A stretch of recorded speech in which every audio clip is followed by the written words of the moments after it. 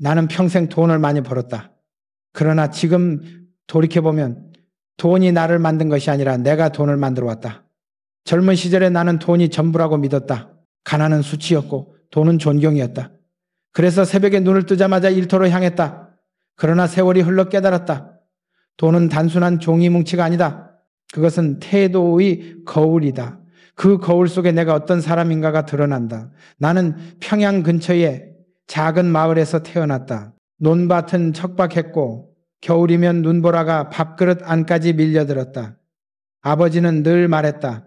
가난은 죄가 아니다. 하지만 게으름은 죄다. 그 말이 내 인생의 첫 번째 재정 수업이었다. 우리는 늘 쌀이 모자랐지만 나는 배운 게 있었다. 돈이 없다고 기회가 없는 게 아니다. 마음이 닫히면 그때가 진짜 가난이다. 그때부터 나는 어떻게 벌 것인가 보다 어떻게 태도를 지킬 것인가를 고민했다. 봄이면 나는 마을의 작은 장터로 나가 돼지를 팔고 엿장수를 따라다니며 흥정을 배웠다. 장터의 소리, 땀, 욕설, 웃음, 그 모든 게 살아있는 학교였다. 나는 그곳에서 한 가지를 배웠다. 돈은 빠른 사람에게 가는 게 아니라 준비된 사람에게 간다. 한 번은 엿장수가 나를 보며 이렇게 말했다. 정주영, 사람들은 엿을 팔기 위해 엿을 만든다고 생각하지만 나는 엿을 만들기 위해 엿을 판다. 그 말이 묘하게 내 가슴에 남았다. 그때는 그 의미를 몰랐지만은 훗날 기업을 일으키며 그 말을 되새겼다. 돈을 벌기 위해 일하는 사람은 잠시 이익을 얻는다. 하지만 이 일을 통해 가치를 만드는 사람은 평생 신뢰를 얻는다. 신뢰는 돈보다 오래간다. 내가 돈을 처음 손에 쥔 것은 소 한 마리를 팔았을 때였다. 그날 나는 어머니에게 말했다. 이 돈으로 서울로 가겠습니다. 어머니는 말없이 내 손을 잡았다. 손끝이 떨리고 있었다. 그 손은 나를 붙잡고 싶었을 것이다. 그러나 나는 알았다. 이 길이 아니면 내 인생은 바뀌지 않는다는 것을. 소는 팔면 다시 살 수 있지만 청춘은 팔면 다시 돌아오지 않는다. 나는 돈을 쥐고도 두렵지 않았다. 오히려 뜨거웠다. 나는 그 돈을 단 한 푼도 낭비하지 않겠다고 다짐했다. 그리고 그날 밤 나는 노천역으로 향했다. 눈이 내렸고 기차는 늦게 도착했다. 배고팠다. 그러나 그보다 더 큰 허기는 기회였다. 나는 그 허기를 삼키며 스스로에게 말했다. 이 돈은 내 인생의 씨앗이다. 절대 잃지 마라.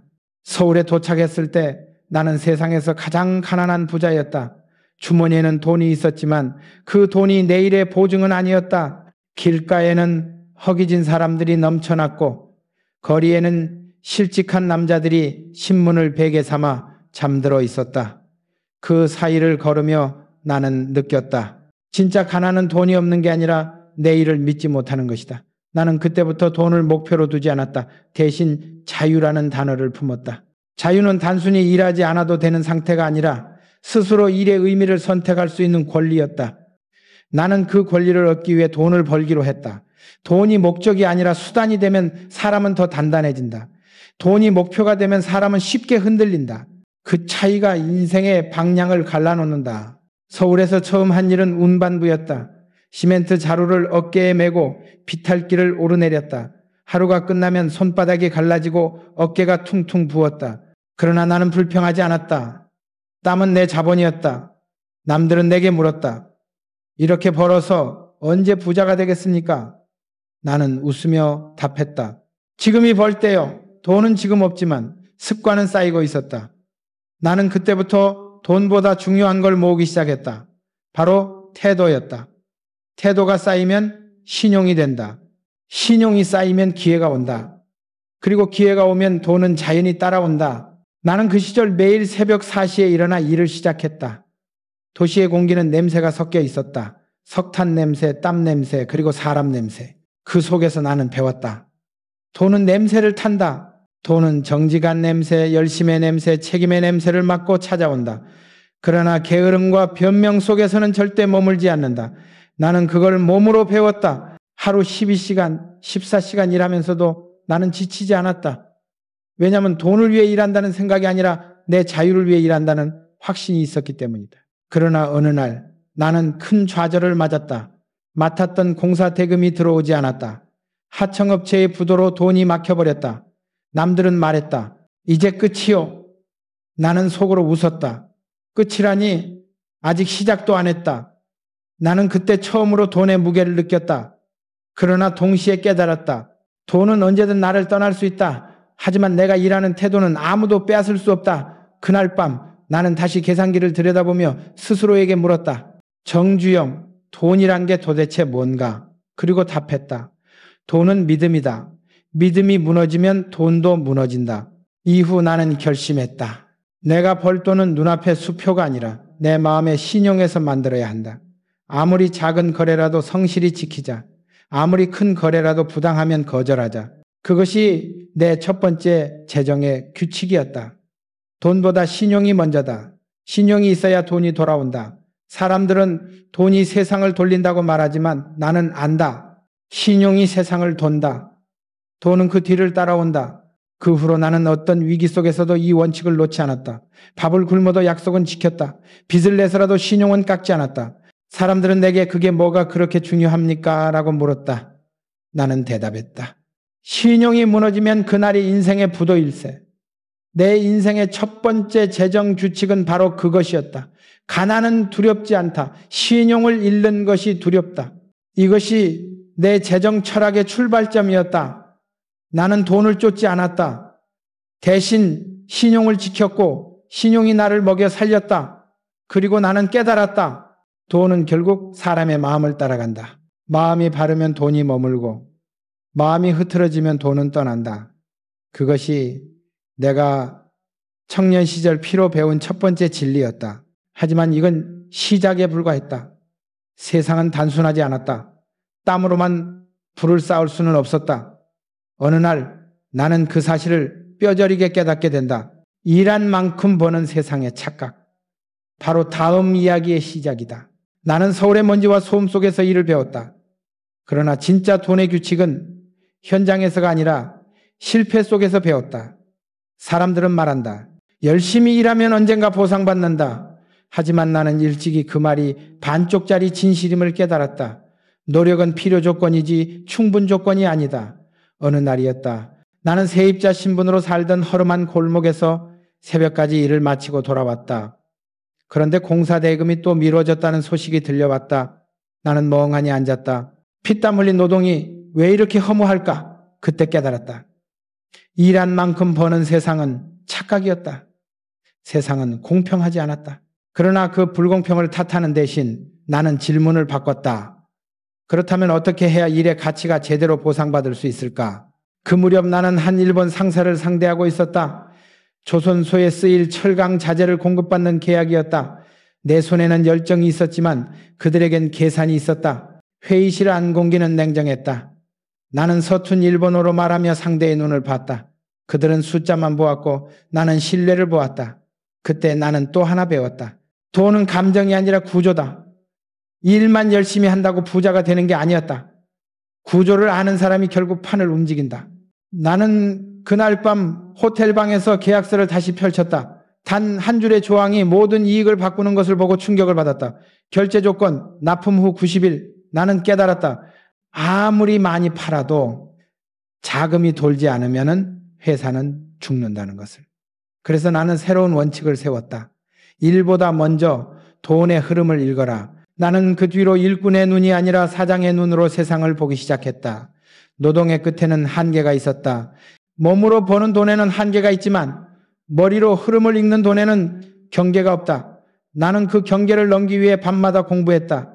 회계책, 무역계약서, 자재유통망. 사람들은 나를 공사꾼이라 불렀지만 나는 속으로 웃었다. 진짜 공사는 도로가 아니라 생각의 다리였다. 돈이 어떻게 돌고 어디서 막히고 누가 통제하는가. 그것을 알아야 진짜 부를 쌓을 수 있었다. 그때 나는 내 삶의 두 번째 재정 원칙을 세웠다. 돈의 방향을 만들어라. 돈은 흐름을 타야 산다. 사람들은 돈이 돌기를 기다리지만 나는 돈이 돌기를 직접 만들었다. 작은 일에서도 그랬다. 예를 들어 자재 납품을 하면서 나는 현금 결제 대신 어음 거래를 제한했다. 대신 거래처의 신용을 철저히 조사했다. 사람들은 위험하다고 했지만 나는 계산된 위험을 택했다. 그 덕에 내 현금은 멈추지 않았다. 그 작은 변화가 회사의 생명을 살렸다. 돈은 정체되면 썩는다. 흐르는 물이 강을 만들듯 흐르는 돈이 회사를 살린다. 나는 그 원리를 누구보다 뼈저리게 경험했다. 어느 날 하청업체의 부도로 수천만 원이 묶였다. 모두가 도망쳤다. 나도 한때 무너지고 싶었다. 하지만 나는 공장 마당에 서서 스스로에게 물었다. 정주영, 이제 무엇을 할 거냐? 나는 답했다. 흐름을 끊지 말자. 다음 날 나는 은행으로 달려가 보증서를 들이밀었다. 담당자는 냉정하게 말했다. 회장님, 담보가 없으면 불가능합니다. 나는 단호히 말했다. 나 자체가 담보요. 그 한마디에 방 안의 공기가 멈췄다. 결국 은행은 소액 대출을 승인했고 그 돈으로 다음 공정을 이어갔다. 그것이 바로 흐름이었다. 사람들은 리스크를 두려워하지만 나는 리스크를 길들이는 법을 배웠다. 나는 이 경험을 통해 깨달았다. 돈은 머무는 곳보다 흐르는 곳에 생명력이 있다. 많은 이들이 돈을 쌓아두려 한다. 그러나 쌓아둔 돈은 자유를 주지 않는다. 오히려 공포를 낳는다. 나는 쌓기보다 돌리기로 했다. 일에 투자하고 사람에 투자했다. 언젠가 실패해도 그 실패가 다음 기회를 낳는다면 그것은 진짜 손해가 아니었다. 그 철학이 훗날 현대의 기초가 되었다. 한 번은 이런 일이 있었다. 해외에서 기계 설비를 수입하려는데 가격이 너무 높았다. 협상 상대는 냉정했다. 나는 종이 한 장 꺼내들고 계산을 시작했다. 환율, 관세, 운송비, 그리고 이렇게 말했다. 우리는 이 기계를 사는 게 아니라 시간을 사는 겁니다. 빨리 설치하면 하루 이익이 얼마입니까? 그들이 멈칫했다. 그 순간 나는 협상의 주도권을 잡았다. 결국 우리는 절반 가격의 계약을 따냈다. 나는 깨달았다. 돈의 본질은 숫자가 아니라 시간이라는 것을. 돈은 시간을 효율적으로 움직이는 사람에게 모인다. 그 이후 나는 돈을 단순한 자본이 아니라 사람의 의사결정에 모이는 결과로 보기 시작했다. 회사의 매출보다 사람의 신뢰, 거래의 타이밍보다 흐름의 연속성, 이런 것들이 진짜 자산이었다. 나의 두 번째 재정 원칙은 그렇게 완성되었다. 일한 만큼 버는 게 아니라 아는 만큼 벌고 흐름을 만든 만큼 자유를 얻는다. 나는 그 철학을 현장에서 실천했다. 돈을 벌기보다 돌리고 잃기보다 배우고 버티기보다 움직였다. 어느 날 직원이 내게 물었다. 회장님, 왜 그렇게 위험을 감수하십니까? 나는 웃으며 답했다. 멈추면 그게 더 큰 위험이야. 세상은 끊임없이 변하고 돈은 그 변화를 따라 움직인다. 흐름을 잃은 사람은 결국 가난해진다. 가난은 단지 돈의 부족이 아니라 움직이지 않는 마음의 결과다. 나는 늘 말했다. 돈은 바람과 같다. 막으려 하면 사라지고 함께 불면 방향이 된다. 그 방향을 만드는 사람이 결국 자유를 얻는다. 나는 가난해서 부자가 된 것이 아니라 멈춤에서 움직임으로 옮겨간 사람이었다. 세상은 변했고 돈의 법칙도 변했다. 그러나 한 가지는 변하지 않았다. 흐름을 만드는 자가 세상을 움직인다. 그렇게 나는 이래서 돈으로, 돈에서 흐름으로 시선을 옮겼다. 그러나 그 여정의 끝에는 또 다른 진실이 기다리고 있었다. 불을 쌓는 것보다 더 어려운 것은 그 불을 지키는 태도였다. 사람들은 돈을 잃어도 다시 벌 수 있다. 하지만 신용을 잃으면 다시 시작할 수 없다. 다음 장에서 나는 말할 것이다. 신용과 사람, 그 두 가지를 다스리지 못하면 아무리 돈을 벌어도 자유는 오지 않는다. 바로 그것이 내 인생의 세 번째 재정 규칙의 시작이었다. 나는 돈을 많이 만져봤다. 그러나 그중 진짜 내 돈이 된 것은 많지 않았다. 그 이유를 나는 한참 뒤에야 깨달았다. 돈은 손에 쥐는 게 아니라 흐르게 하는 거였다. 부자가 되는 사람과 가난을 되풀이하는 사람의 차이는 단 하나였다. 돈을 쌓느냐 돌리느냐. 나는 그것을 돈의 호흡이라 불렀다. 사람도 숨을 쉬지 않으면 죽는다. 돈도 마찬가지다. 돈을 움켜쥔 순간부터 그 돈은 죽기 시작한다. 나는 그것을 현장에서 수없이 봐왔다. 한 번은 이런 일이 있었다. 자동차 조립 공장을 새로 세울 때였다. 모든 자금이 빠듯했다. 자재비, 인건비, 설비비 어느 하나 여유롭지 않았다. 그때 한 임원이 말했다. 회장님, 이 프로젝트는 위험합니다. 잠시 멈추는 게 어떻겠습니까? 나는 단호히 고개를 저었다. 멈추면 죽어. 돌려야 산다. 그 말은 단순한 고집이 아니었다. 나는 이미 알고 있었다. 돈이란 건 멈추는 순간부터 적자가 시작된다는 걸. 우리는 자재 납품처와 결제 일정을 다시 짜고 공급망을 세 갈래로 나눴다. 하루하루가 긴장의 연속이었다. 하지만 이상한 일이 벌어졌다. 모든 게 돌기 시작하자 사람도 움직이고 기회도 따라왔다. 불안하던 현장이 생기로 바뀌었다. 그때 나는 다시 한번 확신했다. 돈은 생명이다. 생명은 움직일 때만 존재한다. 돈의 본질을 깨달은 사람은 두려움을 다르게 본다. 대부분의 사람은 잃을까봐 돈을 쌓아두지만 나는 돈이 멈추는 게 더 무서웠다. 돈은 사람의 의지와 함께 살아있는 것이다. 돌리면 나를 키우고 쌓으면 나를 잡는다. 나는 늘 말한다. 돈은 사람과 같다. 줄 때는 커지고 움켜쥐면 사라진다. 젊은 시절 나는 외국 투자자들을 만날 일이 자주 있었다. 그들은 늘 계산기부터 꺼냈다. 나는 그들의 눈을 보았다. 그리고 느꼈다. 그들은 돈을 숫자로 보지만 나는 돈을 신뢰의 결과로 본다. 우리는 계약서 앞에서 싸우기도 했다. 그러나 싸움이 끝나면 늘 악수했다. 나는 그들의 방식에서 배웠다. 돈은 냉정해야 한다. 하지만 사람은 따뜻해야 한다. 그 균형이 무너지는 순간 모든 게 무너진다. 돈만 보고 일하면 냉혹해지고 사람만 보고 일하면 감정에 휘둘린다.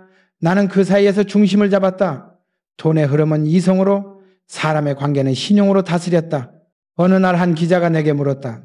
회장님, 돈을 벌기 위해 가장 중요한 게 무엇입니까? 나는 잠시 생각하다가 이렇게 답했다. 사람을 보는 눈이요. 돈은 사람이 벌고 사람이 잃는다. 실제로 나는 회사의 재무제표보다 직원의 얼굴을 먼저 봤다. 숫자는 거짓말을 못하지만 때로는 진심을 감춘다. 그러나 사람의 표정은 진실을 말한다. 열정을 잃은 사람, 책임을 미루는 사람, 그런 조직은 결국 무너진다. 반대로 작은 일에도 신념을 담는 사람, 그런 조직은 끝내 이긴다. 나는 돈보다 사람을 믿었다. 왜냐하면 돈은 사람을 따라가고 사람은 신용을 따라가기 때문이다. 나는 한때 큰 손해를 본 적이 있다. 일본 회사와 거래하던 중 환율이 급등해 수억 원의 손실이 났다. 모두가 내게 말렸다. 계약을 파기하십시오. 지금 손해를 줄여야 합니다. 그러나 나는 단호히 말했다. 우리가 계약을 깨면 앞으로 아무도 우리와 거래하지 않는다. 그날 밤 잠이 오지 않았다. 그러나 이튿날 아침 나는 그대로 납품을 진행했다. 그리고 몇 달 뒤 그 일본 회사의 사장이 직접 한국으로 찾아왔다. 그는 내 손을 잡으며 말했다. 당신은 돈보다 신용을 택했군요. 다음 거래부터는 조건을 당신이 정하십시오. 나는 그때 알았다. 돈을 잃어도 신용을 지키면 결국 더 큰 돈이 돌아온다. 그 경험은 내 인생을 바꿨다. 그 후 나는 모든 사업에서 흐름의 중심이 되려 했다. 시장이 요동칠 때도 환율이 오를 때도 나는 흔들리지 않았다. 돈이란 결국 심리의 싸움이기 때문이다. 겁내는 자는 항상 비싸게 사고 용기 있는 자는 싸게 산다. 시장은 언제나 두려움을 먹고 자란다. 나는 위기 속에서도 냉정함을 유지하려 했다. 위험은 피하는 게 아니라 계산하는 것이다. 그것이 나의 세 번째 재정 원칙이었다. 돈의 흐름을 만들었으면 이제 그 흐름을 읽는 눈이 필요했다. 눈이 없으면 방향을 잃고 방향을 잃으면 흐름은 자신을 삼킨다. 나는 위기를 기회로 바꾸는 법을 배웠다. 예를 들어 국제 유가가 폭등하던 시절 모두가 손을 놨을 때 나는 반대로 움직였다. 고유가 시대에는 선박이 줄 것이라 모두가 예상했지만 나는 말했다. 바로 지금 선박이 필요하다. 기름이 비싸질수록 효율적인 배가 필요하니까. 사람들은 미쳤다고 했다. 그러나 나는 계산했다. 세상은 위기 뒤에 항상 새로운 필요를 만든다. 그 필요를 먼저 읽는 자가 승자가 된다. 결국 우리는 수주를 따냈고 남들이 움츠릴 때 시장을 차지했다. 돈의 흐름은 바람과 같았다. 누가 두려움을 먼저 넘느냐에 따라 방향이 달라진다. 그렇게 나는 조금씩 돈의 본질을 더 깊이 이해하게 되었다. 돈은 단순히 벌이의 결과가 아니라 신용과 태도의 반영이었다. 내가 땀으로 쌓은 신용은 위기 속에서도 나를 배신하지 않았다. 그 신용이 있기에 나는 계산된 위험을 감수할 수 있었고 그 위험 속에서 새로운 기회를 잡을 수 있었다. 나는 가끔 젊은이들에게 묻는다. 자네는 돈을 쫓고 있나? 아니면 방향을 만들고 있나? 대부분의 사람들은 돈을 쫓는다. 그러나 그건 그림자를 쫓는 것과 같다. 돈은 손보다 마음에 먼저 온다. 마음이 준비되지 않으면 돈은 잠시 머물다 떠난다. 나는 평생 그 마음을 준비하는 사람이 되고자 했다. 그리고 그 길 끝에서 깨달았다. 돈은 목적이 아니라 내면의 질서를 확인하는 시험지였다. 사람들은 나를 성공한 사업가라고 부르지만 나는 그렇게 생각하지 않는다. 나는 단지 돈의 흐름을 이해한 사람일 뿐이다. 돈은 나를 시험했고 나는 그 시험에 정직하게 답했다. 그 대가로 얻은 것이 오늘의 자유였다. 하지만 자유는 공짜가 아니다. 자유를 얻으려면 반드시 책임의 무게를 감당해야 한다. 나는 다음 단계에서 그것을 뼈저리게 배운다. 위기의 순간 모든 신용이 흔들릴 때 나는 다시 내 자신에게 물었다. 정주영, 신용이란 게 도대체 무엇인가? 그 질문에 답을 찾아가는 길, 그것이 내 인생의 4번째 재정 규칙이었다. 인생에서 가장 두려운 순간은 돈이 없을 때가 아니다. 신용이 흔들릴 때다. 나는 한때 모든 것을 잃을 뻔했다. 외환 위기에 바람이 불어오던 어느 겨울, 은행 문턱이 하루에도 수십 번 닳았다. 전화기 너머로 들려오는 목소리들은 모두 같았다. 회장님, 더 이상 융자는 어렵습니다.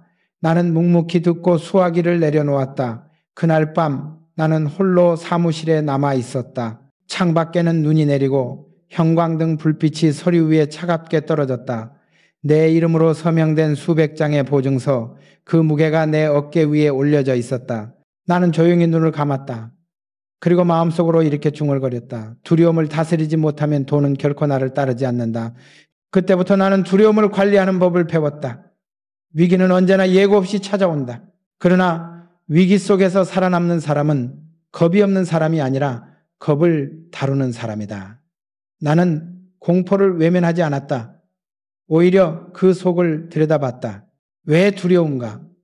어디서부터 무너지고 있는가? 그 구조를 이해하면 두려움은 사라진다. 나는 위기 속에서도 머리를 차갑게 식히려 했다. 수많은 사업가가 위기 앞에서 무너지는 이유는 돈이 없어서가 아니라 판단을 잃기 때문이다. 나는 내게 가장 소중한 자산은 냉정함이라고 믿었다. 냉정한 사람만이 공포 속에서도 방향을 본다. 그 시절 현대는 풍전등화였다. 공사 대금은 밀리고 거래처는 파산하고 은행은 대출을 거부했다. 언론은 연일 정주영 시대의 끝이라 썼다. 그러나 나는 끝을 믿지 않았다. 왜냐하면 끝이란 결국 포기의 다른 이름이기 때문이다. 나는 전 직원들을 불러 모았다. 그리고 말했다. 이제부터 우리는 돈을 버는 게 아니라 신용을 지키는 싸움을 할 것이다. 모두가 나를 바라봤다. 눈빛 속엔 두려움이 있었다. 나는 그 눈을 보며 단호히 말했다. 지금 우리가 해야 할 일은 살아남는 것이 아니라 약속을 지키는 것이다. 그 한마디가 현장을 바꿨다. 그날 이후 우리는 모든 납품처에 약속한 기한을 지켰다. 설령 적자가 나도 약속을 어기지 않았다. 놀랍게도 그 신용이 다시 돈을 불러왔다. 누군가는 우리를 도와줬고 누군가는 새로운 계약을 제안했다. 그때 나는 배웠다. 두려움 속에서도 약속을 지키면 세상은 다시 길을 열어준다. 위기란 돈의 문제가 아니라 믿음의 시험이었다. 사람들은 공포 속에서 본능적으로 움츠러든다. 그러나 그때일수록 움직여야 했다. 나는 해외로 직접 나갔다. 계약이 무너진 곳마다 찾아가서 손을 내밀었다. 일본, 미국, 사우디, 어느 나라를 가도 사람들은 나를 의심의 눈으로 봤다. 한국 경제는 위험하다. 현대도 어렵다고 들었다. 나는 미소 지었다. 우리는 무너지지 않았습니다. 단지 잠시 숨을 고르고 있을 뿐입니다. 그 한마디로 나는 다시 신용을 세웠다. 왜냐하면 신용이란 숫자가 아니라 태도로 전해지는 것이기 때문이다. 사람들은 이익보다 태도를 기억한다. 나는 그 무렵 3번째 재정의 규칙을 스스로에게 새겼다. 위험은 피하는 게 아니라 계산하는 것이다. 세상은 언제나 변한다. 변화를 두려워하는 사람은 가난해지고 변화를 이용하는 사람은 부자가 된다. 나는 위기 속에서 기회를 계산했다. 기름값이 오르면 운송비가 오른다. 운송비가 오르면 효율적인 선박이 필요해진다. 그러면 조선소에 일거리가 생긴다. 이 단순한 계산을 누구보다 먼저 한 것이 바로 현대였다. 남들이 손을 놓을 때 나는 움직였다. 남들이 절망할 때 나는 숫자를 세웠다. 그리고 정확히 그 타이밍에 기회는 찾아왔다. 돈은 용기를 싫어하지 않는다. 단지 무모함을 싫어할 뿐이다. 한 번은 이런 일이 있었다. 해외 플랜트 수주를 앞두고 마지막 계약 단계에서 문제가 생겼다. 상대국의 장관이 불만을 표했고 협상이 깨질 위기였다. 모두가 긴장했다. 나는 직접 회의장으로 들어갔다. 통역을 세우지 않았다. 그리고 영어로 천천히 말했다. 당신이 두려워하는 건 리스크지만 우리가 두려워하는 건 기회의 상실입니다. 우리는 이미 준비되어 있습니다. 그 순간 장관의 표정이 바뀌었다. 그 계약은 결국 성사되었다. 그리고 나는 또 한 번 확신했다. 위기 속에서 침착한 말 한마디가 억만금의 가치가 있다. 위험을 계산할 줄 아는 사람은 절대 공포에 잡아먹히지 않는다. 나는 항상 최악의 시나리오를 머릿속에 그렸다. 그리고 그것을 견딜 수 있다면 나는 그 일을 했다. 반대로 견딜 자신이 없다면 아무리 돈이 돼도 하지 않았다. 그것이 내 철칙이었다. 돈은 언제나 두 얼굴을 가지고 있다. 한쪽은 기회, 다른 한쪽은 함정이다. 눈이 흐리면 함정에 빠지고 눈이 맑으면 기회를 본다. 그 차이는 냉정함이다. 냉정함이란 두려움을 감추는 게 아니라 두려움을 다루는 기술이다. 나는 젊은 시절 전쟁터 같은 건설 현장에서 이런 말을 자주 했다. 겁이 나는 건 당연하다. 그러나 그 겁을 이기면 돈보다 값진 걸 얻는다. 사람들은 묻는다. 그게 뭡니까? 나는 답한다. 신뢰요. 사람은 신뢰를 지키면 다시 일어설 수 있다. 그러나 신뢰를 잃으면 아무리 돈이 많아도 다시는 서지 못한다. 그래서 나는 직원들에게 늘 말했다. 이익은 내일의 것이고 신용은 오늘의 것이다. 오늘을 잃으면 내일은 오지 않는다. 그 말은 단순한 경영 구호가 아니라 내 삶의 철학이었다. 실제로 나는 여러 번 파산 위기에서 그 원칙 덕분에 살아남았다. 은행은 나를 믿었고 협력사는 나를 기다렸다. 나는 그 신용 위에 회사를 다시 세웠다. 세월이 흐른 지금도 나는 말한다. 두려움을 두려워하지 마라. 대신 두려움 속에서 계산하라. 그것이 부자와 빈자의 차이다. 가난한 사람은 두려움을 피하고 부자는 두려움을 다룬다. 두려움을 이해하면 위기는 길로 바뀐다. 그날 이후 나는 모든 위기를 기회로 전환하는 공식으로 보았다. 그것은 단순하다. 공포를 분석하라. 리스크를 수치화하라. 그리고 행동하라. 그렇게 하면 돈은 두려움을 이긴 자에게 붙는다. 나는 이 철학으로 수많은 폭풍을 견뎌냈다. 그리고 깨달았다. 세상은 언제나 불안하다. 그러나 불안은 나를 멈추게 하는 게 아니라 나를 성장시키는 연료였다. 그것이 내 인생의 네 번째 재정의 규칙이었다. 두려움을 이겨내는 사람만이 자유를 얻는다. 하지만 돈의 흐름과 위기의 계산만으로는 완전한 자유에 도달할 수 없었다. 나는 곧 깨달았다. 돈을 지배하는 진짜 힘은 사람과의 신뢰에서 온다는 것을. 신용은 숫자가 아니라 관계였다. 그리고 그 관계를 잃는 순간 모든 부는 모래성처럼 무너진다. 다음 장에서 나는 그 이야기를 할 것이다. 돈보다 무겁고 신용보다 깊은 인간의 믿음에 대한 철학으로 들어간다. 돈의 흐름을 다루는 것보다 더 어려운 일이 있다. 바로 사람의 마음을 다루는 일이다. 돈은 계산으로 움직이지만 사람은 신뢰로 움직인다. 신뢰는 계약서에 적히지 않는다. 그러나 그것이 무너지면 아무리 튼튼한 계약도 하루아침에 휴지 조각이 된다. 나는 사업을 하며 수많은 사람을 만났다. 은행원, 기술자, 협력업체 사장, 해외 투자자, 그러나 그들 중 나를 진심으로 믿어준 사람은 많지 않았다. 대부분은 돈이 있을 때만 웃었고 위기 때는 등을 돌렸다. 나는 그때마다 다짐했다. 나는 절대 그런 사람이 되지 않겠다. 사람을 돈으로 평가하지 않고 신용으로 평가하자.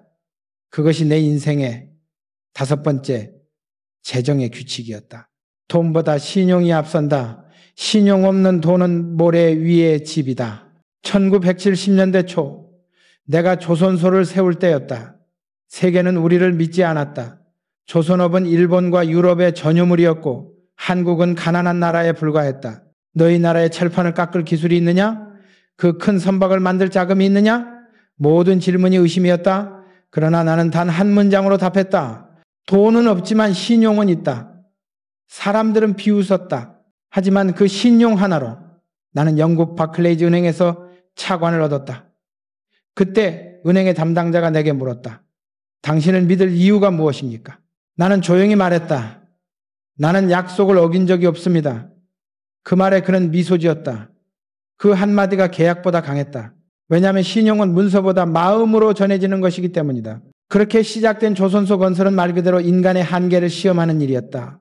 폭풍이 몰아치면 공사가 멈추고 자금이 끊기면 임금이 밀렸다. 그러나 나는 단 한 번도 월급날을 미룬 적이 없다. 이유는 간단했다. 사람이 나를 믿고 일하는데 내가 사람을 배신할 수는 없었다. 돈이 없어도 빚을 내서라도 임금을 지급했다. 직원들에게 그 돈은 생계였지만 나에게는 신뢰였다. 신뢰는 돈보다 비싸고 돈보다 오래갔다. 그 신뢰가 모여 조선소는 완성되었다. 그리고 그 완성된 배가 바다로 나가던 날 나는 울었다. 돈으로 지은 공장이 아니라 신용으로 세운 공장이었기 때문이다. 나는 인생을 살며 한 가지 진리를 배웠다. 돈은 한순간에 벌 수 있지만 신용은 평생을 걸쳐 쌓아야 한다. 그리고 한번 잃으면 다시는 돌아오지 않는다. 사람들은 흔히 말한다. 사업은 돈이 있어야 한다. 나는 말한다. 사업은 신용이 있어야 한다. 신용이 있는 사람은 언젠가 돈을 얻지만 돈만 있는 사람은 언젠가 신용을 잃는다. 그 차이는 작아 보이지만 인생을 갈라놓는다. 나는 한때 은행에 담보도 없이 대출을 요청한 적이 있다. 모두가 불가능하다고 했다. 그런데 담당자가 내 이름을 보더니 이렇게 말했다. 회장님, 담보는 필요 없습니다. 회장님이 담보입니다. 그 말을 들었을 때 나는 눈물이 났다. 그것은 신용이 나를 대신해 일하고 있다는 증거였다. 내가 평생 쌓아온 보이지 않는 자산이었다. 하지만 신용은 단지 은행과의 관계에서만 쓰이는 게 아니다. 그것은 모든 인간관계의 중심에 있다. 나는 수많은 협력업체와 일했다. 공사가 지연될 때, 자재가 부족할 때 모두가 나를 찾아왔다. 그때마다 나는 약속을 지켰다. 이번 주 안에 처리하겠습니다. 그 말을 하면 나는 반드시 지켰다. 한 번은 이런 일이 있었다. 거대한 교량 공사 현장에서 자금이 막혀 모든 거래가 중단될 위기였다. 모두가 손을 놓고 있을 때 나는 내 개인 재산을 팔아 현장을 살렸다. 사람들은 놀랐다. 회장님, 왜 그렇게까지 하십니까? 나는 말했다. 이 일은 내 일이 아니라 나를 믿은 사람들의 일이요. 그 말이 돌고 돌았다. 그 후로 아무도 나를 의심하지 않았다. 그것이 돈보다 강한 힘이었다. 나는 신용이 단순히 약속을 지키는 것이라고 생각하지 않았다. 그것은 사람의 기억 속에 남는 행동이었다. 나는 늘 직원들에게 말했다. 사람은 말을 잊어도 행동은 기억한다. 돈을 많이 버는 사람보다 신용을 잃지 않는 사람이 진짜 부자다. 왜냐하면 돈은 죽으면 끝나지만 신용은 죽은 뒤에도 이름으로 남기 때문이다. 세월이 흘러 어느 날 한 젊은 사업가가 나를 찾아왔다. 그는 물었다. 회장님, 요즘 세상은 신용이 아니라 실력이 중요하지 않습니까? 나는 웃으며 말했다. 실력은 눈앞을 밝히고 신용은 인생을 밝힌다. 실력은 단기간의 결과를 만들지만 신용은 평생의 결과를 만든다. 세상은 빠르게 변해도 신용의 가치는 변하지 않는다. 왜냐하면 신용은 인간의 양심에서 비롯되기 때문이다. 나는 사업을 통해 신용을 지키는 일이 곧 내 양심을 지키는 일임을 깨달았다. 그리고 나는 또 하나의 법칙을 세웠다. 신용은 자기 자신과의 약속에서 시작된다. 남과의 약속을 지키려면 먼저 자기와의 약속을 지켜야 한다. 매일 새벽에 일어나겠다고 정했으면 반드시 지켜라. 오늘 해야 할 일을 내일로 미루지 마라. 그것이 작은 신용이다. 작은 신용이 쌓여 큰 신용이 된다. 나는 평생 이 원칙으로 살았다. 내게 신용은 거창한 것이 아니었다. 약속한 시간에 도착하고 말한 대로 행동하는 것, 그것이 모든 신뢰의 시작이었다. 나는 젊은 시절부터 지금까지 늘 사람의 마음을 먼저 봤다. 돈은 냉정하지만 사람의 마음은 따뜻하다. 그러나 그 따뜻함을 이용하는 자는 오래가지 못한다. 신용을 쌓는 사람은 늦더라도 반드시 성공한다. 인생은 속도가 아니라 방향이다. 방향을 잃은 부자는 결국 쓰러지고 신용을 지킨 가난한 자는 언젠가 일어선다. 그래서 나는 자주 말했다. 돈은 사람을 따르지 않는다. 신용이 사람을 부른다. 신용은 눈에 보이지 않지만 세상에서 가장 강력한 자석이다. 그 자석이 있기에 나는 위기 속에서도 사람을 모을 수 있었고 무너진 회사를 다시 세울 수 있었다. 나는 이제 나이가 들어 뒤를 돌아본다. 그리고 확신한다. 내 인생의 가장 큰 자산은 건물도 공장도 주식도 아니다. 그것은 내 이름이다. 내 이름이 곧 신용이었고 그 신용이 나를 평생 먹여 살렸다. 이것이 내가 배운 5번째 재정의 규칙이다. 돈보다 신용이 앞서야 한다. 신용이 있어야 진짜 부가 따라온다. 그러나 시간이 지나며 나는 또 다른 진실을 깨달았다. 신용보다 더 중요한 것이 있었다. 그것은 시간이었다. 돈도 신용도 결국 시간 위에 쌓이는 것이다. 시간을 지배하는 자만이 부를 지배한다. 다음 이야기에서 나는 말할 것이다. 돈의 복리보다 강력한 것은 시간의 복리다. 그것이 6번째 재정의 법칙이다. 나는 평생 돈보다 시간을 더 두려워했다. 돈은 잃어도 다시 벌 수 있다. 하지만 시간은 한 번 떠나면 다시 돌아오지 않는다. 그래서 나는 시간을 다루는 법을 일찍 배웠다. 새벽 4시에 눈을 뜨는 습관은 젊은 시절부터 지금까지 바뀐 적이 없다. 사람들은 물었다. 회장님 왜 그렇게 일찍 일어나십니까? 나는 말했다. 세상은 잠들어 있을 때 움직이는 사람에게 기회를 준다. 그 한 문장이 내 6번째 재정의 규칙이 되었다. 시간은 돈보다 귀하다. 시간을 지배하는 사람이 부를 지배한다. 나는 일터에서, 사무실에서, 그리고 인생의 수많은 현장에서 시간을 다루는 기술을 배웠다. 시간은 누구에게나 공평하게 주어진다. 그러나 그것을 어떻게 쓰느냐에 따라 결과는 천양지차다. 대부분의 사람은 돈을 관리하려 하지만 나는 시간을 관리했다. 돈을 잃으면 다시 벌면 되지만 시간을 잃으면 기회 자체가 사라진다. 나는 늘 계산했다.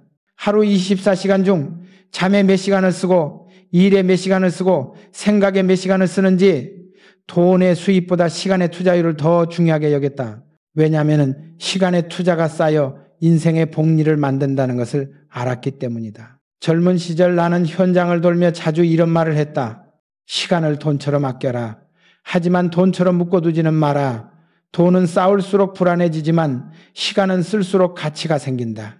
중요한 건 얼마나 오래 사는가가 아니라 얼마나 깊게 사는가였다. 나는 하루를 한 달처럼 살았다. 매일 새로운 시도를 하고 매일 배웠다. 그러다 보니 남들보다 훨씬 많은 실패를 겪었다. 그러나 실패는 나의 시간의 이자가 되어 돌아왔다. 실패는 돈을 잃게 하지만 동시에 시간을 절약하게 만든다. 왜냐하면 실패를 통해 더 이상 돌아갈 필요가 없기 때문이다. 한 번은 이런 일이 있었다. 해외 플랜트 공사 계약을 앞두고 있었다. 계약 마감일까지 단 3일. 서류는 산더미처럼 쌓여 있었고 통역은 밤새 번역을 하고 있었다. 직원들은 지쳐 쓰러질 듯했다. 나는 그들을 모아 말했다. 지금이 가장 귀한 시간이다. 3일 뒤면 이 시간은 다시 오지 않는다. 우리는 그 밤을 세웠고 결국 기한 안에 계약을 마쳤다. 그 계약이 훗날 현대건설을 세계로 이끄는 발판이 되었다. 그때 나는 확신했다. 시간을 끝까지 붙잡는 자만이 세상의 주인이 된다. 나는 항상 사람들에게 말했다. 시간은 누구에게도 기다려주지 않는다. 그러나 준비된 자에게는 길게 머문다. 사람들은 시간을 잡으려 애쓰지만 시간은 잡히지 않는다. 대신 태도를 바꾸면 시간이 달라진다. 게으른 자에겐 하루가 짧고 부지런한 자에겐 하루가 길다. 내가 60세가 넘었을 때도 새벽에 일어나 현장을 돌았다. 젊은 직원이 물었다. 회장님 이제 좀 쉬셔도 되지 않습니까? 나는 웃으며 말했다. 쉬면 시간도 나를 쉬게 한다. 그 말은 단순한 농담이 아니었다. 시간은 움직이는 자의 편이다. 멈추면 흘러가고 움직이면 쌓인다. 나는 인생의 후반부에서 시간의 복리라는 개념을 이해했다. 돈의 복리는 숫자로 계산되지만 시간의 복리는 태도로 계산된다. 하루 1%만 자신을 성장시키면 1년 뒤에는 전혀 다른 인생이 된다. 그 1%를 만드는 것이 바로 시간의 관리다. 나는 하루의 시작을 언제나 오늘 해야 할 한 가지는 무엇인가라는 질문으로 열었다. 그것을 꾸준히 실천하면 인생이 바뀐다. 돈을 벌려면 먼저 시간을 벌어야 한다. 그리고 시간을 벌려면 먼저 낭비를 벌여야 한다. 나는 낭비를 가장 큰 적으로 여겼다. 사람들은 종종 말한다. 시간이 없다. 그러나 나는 이렇게 답했다. 시간이 없는 게 아니라 당신이 시간을 흘려보내고 있다. 나는 모든 일을 시간 단위로 쪼갰다. 회의는 15분, 점검은 10분, 결단은 1분. 그 습관 덕에 나는 수백 개의 결정을 빠르게 내릴 수 있었다. 결단이 빠르면 기회가 붙는다. 결단이 늦으면 돈이 떠난다. 세상은 머뭇거리는 자를 기다려주지 않는다. 나는 가끔 이런 상상을 했다. 만약 하루가 25시간이라면 사람들은 더 부자가 될까? 아니다. 오히려 더 게을러질 것이다. 시간의 길이가 아니라 사용의 밀도가 문제다. 나는 하루 24시간을 열정으로 압축했다. 그 압축된 하루가 내 인생의 자본이 되었다. 나는 시간을 쪼개 쓰는 대신 깊게 썼다. 회의 한 번을 해도 진심으로, 사람을 만날 때도 온전히 집중했다. 시간의 질이 곧 인생의 질이다. 나는 직원들에게 자주 말했다. 돈을 낭비해도 다시 벌 수 있다. 하지만 시간을 낭비하면 인생을 잃는다.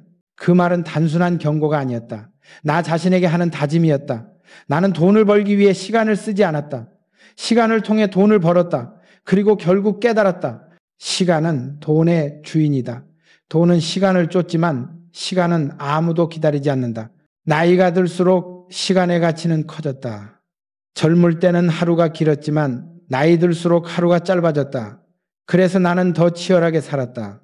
내일이 당연하지 않다는 것을 알기 때문이다. 나는 새벽 공기를 맡을 때마다 다짐했다. 오늘 하루 헛되이 보내지 말자. 그 단순한 다짐이 나를 다시 움직이게 했다. 사람들은 말한다. 회장님은 언제 은퇴하실 겁니까? 나는 웃으며 답한다. 시간이 나를 버릴 때까지. 그 대답 속엔 나의 철학이 담겨 있다. 멈추지 않는 시간 속에서 멈추지 않는 사람이 되고 싶었다. 그래서 나는 나 자신에게 늘 경고했다. 안주하는 순간 시간은 나를 버린다. 안주하는 마음이 가장 위험한 가난이다. 가난은 돈이 없는 게 아니라 도전이 멈춘 상태다. 나는 70이 넘어서도 새로운 사업을 구상했다. 사람들은 말했다. 이제 그만하십시오. 충분히 이루셨습니다. 그러나 나는 알았다. 시간이 멈추는 순간 인생도 멈춘다는 것을, 그것이 6번째 재정의 규칙이다. 시간을 다스려라. 그러면 돈이 따라온다. 돈은 결국 시간을 어떻게 썼는가의 결과다. 시간을 낭비한 사람은 아무리 많은 돈을 벌어도 자유롭지 않다. 반대로 시간을 아낀 사람은 적은 돈으로도 풍요롭게 산다. 나는 이 철학을 끝까지 실천했다. 그리고 깨달았다. 돈의 주인이 되려면 먼저 시간의 주인이 되어야 한다. 시간을 통제하는 자가 결국 운명을 바꾼다. 그러나 시간의 흐름을 지배한 뒤 나는 마지막 깨달음에 다다랐다. 아무리 돈과 시간을 다스려도 움직이지 않으면 아무 소용이 없다는 것이다. 자유를 얻으려면 결국 행동해야 한다. 멈추지 말고 앞으로 나아가야 한다. 다음 이야기에서 나는 그 철학을 말할 것이다. 돈은 움직이는 사람에게만 따라온다. 멈추는 순간 모든 복리는 멈춘다. 그것이 7번째 재정의 법칙의 시작이었다. 나는 평생을 움직이며 살았다.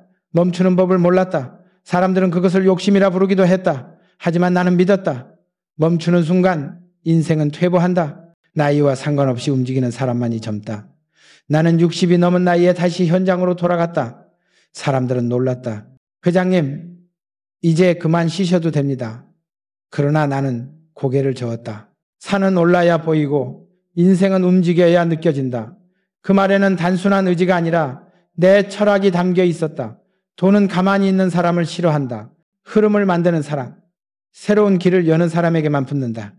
그것이 내가 몸으로 배운 7번째 재정의 원칙이었다. 돈은 움직이는 사람에게만 따라온다. 나는 한때 도전이란 단어를 두려워하지 않았다. 오히려 그것이 내 인생의 연료였다. 1960년대 누구도 시도하지 않던 해외 플랜트 사업을 추진했을 때도 마찬가지였다. 주변에서는 모두 반대했다. 이건 미친 짓입니다. 실패하면 회사가 무너집니다. 나는 그 말을 듣고도 웃었다. 그래서 해야 한다. 불가능이란 말이 들릴수록 나는 더 불탔다. 세상은 늘 안전한 선택을 권하지만 안전한 길엔 아무것도 남지 않는다. 나는 불확실함 속에서 확신을 찾는 법을 배웠다. 위험 속에서도 방향을 놓치지 않으면 위기는 결국 기회로 바뀐다. 그때 나는 도전의 공식을 세웠다. 첫째, 계산된 위험을 감수하라. 둘째, 시작하면 절대 멈추지 마라. 셋째, 실패해도 다시 일어서라. 나는 그 공식을 수없이 반복했다. 수많은 실패가 있었지만 그 실패들이 나를 단단하게 만들었다. 사람들은 결과만 본다. 그러나 나는 과정 속에서 불을 만들었다. 돈은 결과가 아니라 움직임의 부산물이다. 나는 움직임이 멈춘 조직을 본 적이 있다. 과거의 성공에 안주하며 새로운 시도를 두려워하던 사람들, 그들은 이미 스스로를 가난하게 만들고 있었다. 가난은 통장의 잔고가 아니라 마음의 정지 상태였다. 나는 그들에게 말했다. 멈추는 것은 안전이 아니라 천천히 죽는 것이다. 그 말을 듣고 몇몇은 회사를 떠났고 몇몇은 다시 불을 붙였다. 그 차이가 회사를 살리고 죽였다. 나에게 도전은 습관이었다. 하루도 같은 날이 없었다. 현장에서는 새로운 방법을 찾고 시장에서는 새로운 길을 냈다. 나는 늘 말했다. 세상이 나를 막으면 나는 길을 만든다. 실제로 길이 막혔을 때 나는 산을 깎아 길을 냈다. 그것이 나의 삶이었다. 한 번은 정부의 허가가 지연되어 공사가 중단될 위기였다. 사람들은 포기하자고 했다. 그러나 나는 포기하지 않았다. 직접 관계자를 찾아가 사흘 동안 문 앞에서 기다렸다. 결국 허가가 떨어졌고 공사는 재개되었다. 사람들은 나를 집요하다고 불렀다. 나는 그렇게 불리는 것이 자랑스러웠다. 집요함은 재능보다 강했다. 왜냐하면 집요한 사람은 결국 문을 연다. 나는 늘 말한다. 움직이지 않는 사람은 아무리 똑똑해도 가난하다. 세상은 머리로 사는 게 아니라 발로 사는 것이다. 머리는 방향을 정하지만 발이 그 길을 만든다. 나는 책상 위에서 돈을 번 적이 없다. 늘 현장에서, 먼지 속에서, 사람 속에서 돈을 만들었다. 손으로 흙을 만지고 발로 길을 걸어야 진짜 부의 냄새를 맡을 수 있다. 그 냄새는 땀과 의지 그리고 책임의 냄새다. 나는 70이 가까워질 때에도 새로운 산업에 뛰어들었다. 중공업, 자동차, 건설, 통신. 주변에서는 다들 말했다.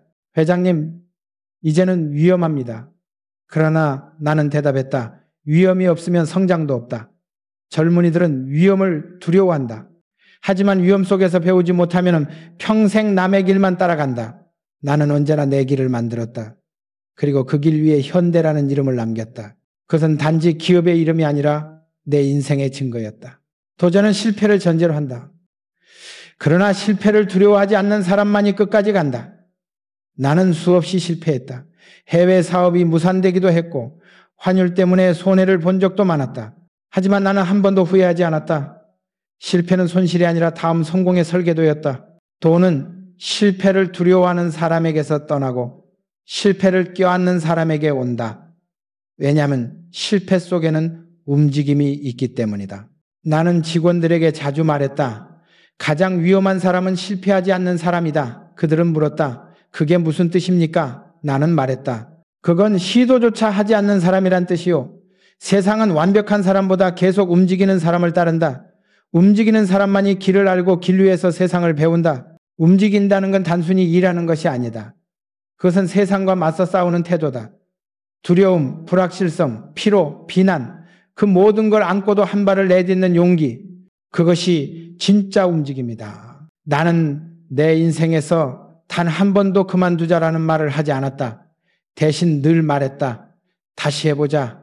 내가 배운 것은 단순했다. 멈춤은 퇴보이고 도전은 생명이다. 세상은 멈추지 않는다. 기술도 사람도 시장도 변한다. 따라서 멈춘 순간 우리는 과거가 된다. 나는 나 자신에게 매일 경고했다. 정주영, 어제의 성공에 기대지 마라. 내일의 실패를 준비하라. 그 경고가 나를 앞으로 밀었다. 그래서 나는 항상 다음을 생각했다. 한 사업이 성공하면 바로 다음 사업을 준비했다. 그것이 내 방식이었다. 사람들은 말했다. 회장님 언제까지 이렇게 달리실 겁니까? 나는 미소 지었다. 멈출 이유가 없으니까. 인생의 속도는 내가 정하는 것이다. 세상이 느리다고 해서 나까지 멈출 필요는 없다. 나는 이제 후배들에게 말하고 싶다. 움직여라. 두려움은 자연스러운 것이다. 하지만 멈춤은 선택이다. 선택을 잘못하면 인생이 멈춘다. 움직임은 곧 생명이고 생명은 곧 자유다. 나는 평생 자유를 쫓았다. 자유란 돈이 많은 상태가 아니라 언제든 다시 시작할 수 있는 상태다. 다시 시작할 용기를 잃지 않는 한 당신은 아직 젊다. 그것이 7번째 재정의 법칙이다. 돈은 움직이는 사람을 따른다. 멈춘 순간 모든 복리는 멈춘다. 부는 고정된 금고 속에 있지 않다. 끊임없이 흘러가는 도전의 강 속에 있다. 멈추지 않는 자만이 그 강을 건넌다. 하지만 그 강의 끝에서 나는 마지막 진리를 깨달았다. 아무리 많이 움직이고 아무리 많은 돈을 벌어도 진짜 자유는 마음에서 온다는 것을, 돈이 내 발을 움직였지만 결국 나를 자유롭게 한 건 내 마음이었다. 다음 마지막 이야기에서 나는 그것을 말할 것이다. 자유는 돈의 끝이 아니라 마음의 시작이다. 그것이 내 인생의 마지막 재정의 규칙이다. 나는 평생 돈을 벌었지만 결국 돈이 전부가 아니라는 걸 깨닫는 데는 그리 오랜 시간이 걸리지 않았다. 돈은 내게 길을 열어줬지만 마음의 평화를 주지는 못했다. 나는 늘 바빴다. 공장, 회의, 해외 출장, 새로운 계약. 눈을 뜨면 일이고 눈을 감아도 일 생각이었다. 그러나 어느 날 문득 깨달았다. 내가 그렇게 찾아 헤매던 자유는 통장의 숫자에 있지 않다는 걸. 나는 이미 자유를 얻고도 느끼지 못하고 있었던 것이다. 자유는 돈의 끝이 아니라 마음의 시작이었다. 그날 이후 나는 인생을 다시 보기 시작했다. 어느 겨울 아침이었다. 눈이 내리고 나는 한적한 공장 부지를 혼자 걸었다. 새벽의 공기는 차가웠지만 내 마음은 이상하게 따뜻했다. 멀리서 작업자들이 출근하며 인사를 했다. 그들의 얼굴엔 피곤함보다 자부심이 있었다. 나는 그 순간 깨달았다. 자유란 바로 저 얼굴에 있었다. 누군가의 인생을 살리고 누군가의 꿈을 함께 짊어질 수 있는 마음. 그것이 진짜 부자의 모습이었다. 나는 그날 일기장에 이렇게 썼다. 이거 나는 돈으로 세상을 바꾸지 않았다. 마음으로 바꿨다. 젊은 시절에 나는 돈이 있으면 무엇이든 할 수 있다고 믿었다. 그러나 나이가 들수록 그 믿음은 흔들렸다. 돈이 많을수록 걱정이 늘었고 책임이 커졌다. 하지만 어느 날 깨달았다. 걱정은 사라지지 않지만 마음의 방향을 바꾸면 모든 게 달라진다. 돈은 외부의 문제지만 마음은 내부의 선택이었다. 마음이 평온하면 돈은 도구가 되고 마음이 혼란하면 돈은 주인이 된다. 나는 평생 돈을 다뤘지만 결국 마지막에 남은 것은 마음을 다스리는 법이었다. 나는 종종 사람들에게 말했다. 돈은 도망치려는 사람에게 남지 않는다. 하지만 마음이 준비된 사람에겐 자연히 따라온다. 돈은 결국 마음의 거울이다. 불안한 마음은 불안한 돈을 만들고 평온한 마음은 단단한 부를 만든다. 나는 사업을 통해 돈을 벌었지만 그 과정에서 더 큰 것을 얻었다. 바로 감사였다. 실패했을 때도 감사했고 성공했을 때도 감사했다. 감사는 마음의 복리였다. 감사를 쌓으면 행복이 늘고 불평을 쌓으면 고통이 는다. 나는 그 간단한 진리를 너무 늦게 깨달았다. 어느 날 한 젊은이가 내게 물었다. 회장님, 어떻게 해야 행복하게 부자가 될 수 있습니까? 나는 웃으며 말했다. 행복해지려면 먼저 나누어라. 돈을 나누면 재산이 줄지만 마음을 나누면 인생이 늘어난다. 실제로 나는 많은 돈을 사회에 돌려줬다. 장학재단을 만들고 병원을 세우고 다리를 놓았다. 사람들은 말했다. 회장님 그렇게 써도 남습니까? 나는 말했다. 남지요. 마음이 남습니다. 사람은 돈을 쌓을 때가 아니라 나눌 때 자유로워진다. 그것이 내가 마지막으로 배운 재정의 법칙이었다. 돈은 모으는 게 아니라 흘려보내는 것이다. 나는 인생의 후반부에서 소유의 철학 대신 순환의 철학을 택했다. 자연을 보라. 바람은 머무르지 않고 물은 흐르며 나무는 잎을 떨어뜨려 다시 꽃을 피운다. 그런데 인간만은 쥐고 놓지 않는다. 쥐면 썩고 놓으면 순환한다. 나는 내 인생에서 모든 것을 쥐려 했지만 결국 놓을 때 자유로워졌다. 돈도 권력도 명예도 다 놓고 나니 마음이 비워졌다. 그리고 그 빈자리에 진짜 부가 들어왔다. 그것은 평화였다. 나는 늘 스스로에게 말했다. 정주영, 돈은 네가 만든 것이지만 마음은 하늘이 준 것이다. 잃어도 다시 만들 수 있는 건 돈이고 잃으면 다시 돌아오지 않는 건 마음이다. 나는 그 마음을 지키기 위해 평생 싸웠다. 성공이 나를 교만하게 만들지 않게, 실패가 나를 비참하게 만들지 않게, 마음이 중심에 있으면 세상은 흔들려도 나는 흔들리지 않았다. 그것이 내가 찾던 진짜 자유였다. 나는 내 인생을 돌이켜보며 이런 결론에 다다랐다. 부자와 가난한 자의 차이는 마음의 방향에 있다. 부자는 늘 내일을 향하고 가난한 자는 어제를 붙잡는다. 부자는 주어진 것을 감사히 여기고 가난한 자는 부족한 것을 원망한다. 돈에 많고 적음이 인생을 결정하는 게 아니다. 어떤 마음으로 사느냐가 운명을 바꾼다. 나는 한때 돈으로 사람을 평가한 적도 있었다. 그러나 시간이 흐를수록 깨달았다. 진짜 부자는 돈이 많은 사람이 아니라 마음이 넉넉한 사람이었다. 그리고 진짜 가난한 사람은 돈이 없는 사람이 아니라 남을 미워하는 사람이었다. 나는 내 삶의 마지막에 다다라서야 그 단순한 진리를 이해했다. 인생의 성공이란 결국 얼마를 벌었는가가 아니라 얼마나 사랑했는가로 측정되는 것이다. 나는 종종 공장 한켠에 앉아 일하는 젊은 직원들을 바라보았다. 그들의 땀, 그들의 눈빛, 그들의 희망. 나는 그 속에서 나의 젊은 시절을 보았다. 그리고 속으로 말했다. 그래, 저들이 바로 내 성공이다. 나는 돈으로 그들을 고용했지만 마음으로 그들과 함께 살았다. 그 연결이 있었기에 나는 외롭지 않았다. 마지막으로 나는 후배들에게 전하고 싶다. 돈으로 시작해도 좋다. 하지만 돈으로 끝내지 마라. 돈은 시작의 도구일 뿐 목적이 되어서는 안 된다. 목적이 되는 순간 돈은 인간을 삼킨다. 그러나 도구로 쓰면은 돈은 사람을 자유롭게 한다. 인생의 마지막 순간에 남는 것은 돈이 아니라 마음이다. 그 마음이 깨끗하면 당신은 이미 부자다.